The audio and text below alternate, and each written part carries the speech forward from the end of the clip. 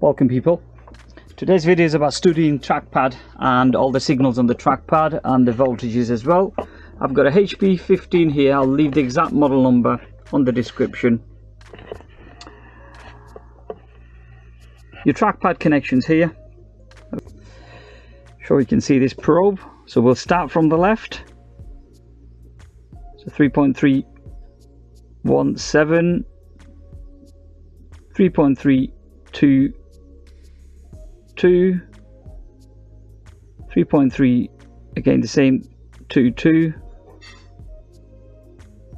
Pin number 4 from the left moving towards the right, again the same voltage as the one before, 3.322. that'll be 0 volt. That'll be 0.0224, 3.322,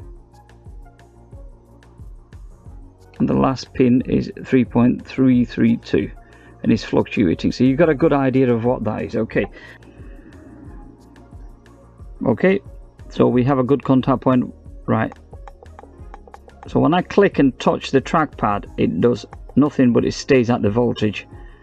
Okay, pin number 2, you should see a little fluctuation as soon as you touch the trackpad. Look at that. Pin number 3, again, look at that. As soon as I touch the trackpad, it senses and sends all the signals to the I/O controller. Pin number 4, again, you're going to see that behavior. Pin number 5, nothing. Pin number 6, nothing. Pin number 7, nothing. And pin number 8, nothing. Okay, so the ones that you have the fluctuation of voltage is where the actual data lines are. Okay, now what we're going to do is you're going to do the exact same thing with an oscilloscope. Pin number 1, nothing when I touch the trackpad, but that's pin number 2. Pin number 3 again, there you go, you can see the signals being generated on the oscilloscope. Pin number 4 again.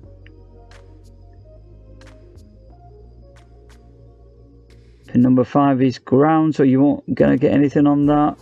Pin number 6, nothing, just a flat line. Pin number 7, flat line. And pin number 8, nothing, just a flat line. Okay, so where you see those shift, those are the data lines. Let's take this battery out. Just going to allow the system to discharge for a moment. Usually a good idea to hold the power button for about 10 seconds and just let that discharge. Okay. This is the measurements on diode mode on a working trackpad. So 0.6011. Next pin 0.5843. Pin number 3, that's 0.4605. Pin 4 from the left to the right is 0.4608. That'll be ground. Pin 5. Pin 6, 0.6008. Pin 7, 0.6004, and pin 8 is 0.3404. So that's the value of the diode mode on this. Okay, let's just hold this for a moment.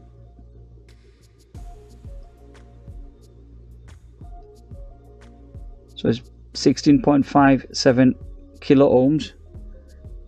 Pin number 2, it'll be should be similar, but let's see, could be wrong. Nope, it's 11.29 kilo ohms. Pin number 3, that'll be similar to the pin number 2, 11.28. Pin number 4, make sure I've got a good grip up. Yeah, pin number 4, 11 0.32 kilo ohms. Pin number 5 will be 0.3 or 0.2, that'll be ground obviously. Pin number 6, let's just hold it for a moment.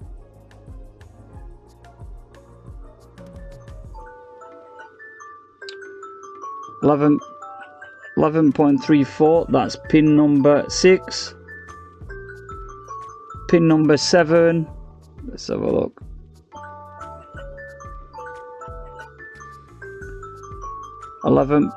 .32, and pin number 8.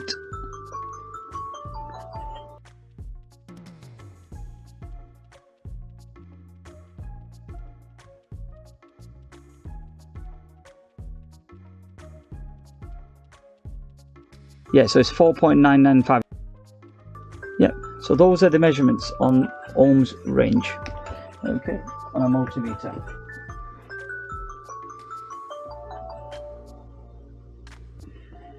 So yeah, that's that. Yeah, this is how you sort of establish now if any of those signals are missing. Now the I/O controller, which is here, is what's responsible for functioning the trackpad. You'd most probably have a faulty I/O controller. So that's something to look at. But yeah, there you have it. Those are the working measurements on a trackpad on a HP 14 series. That's all. Thank you very much. Speak to you soon. Peace.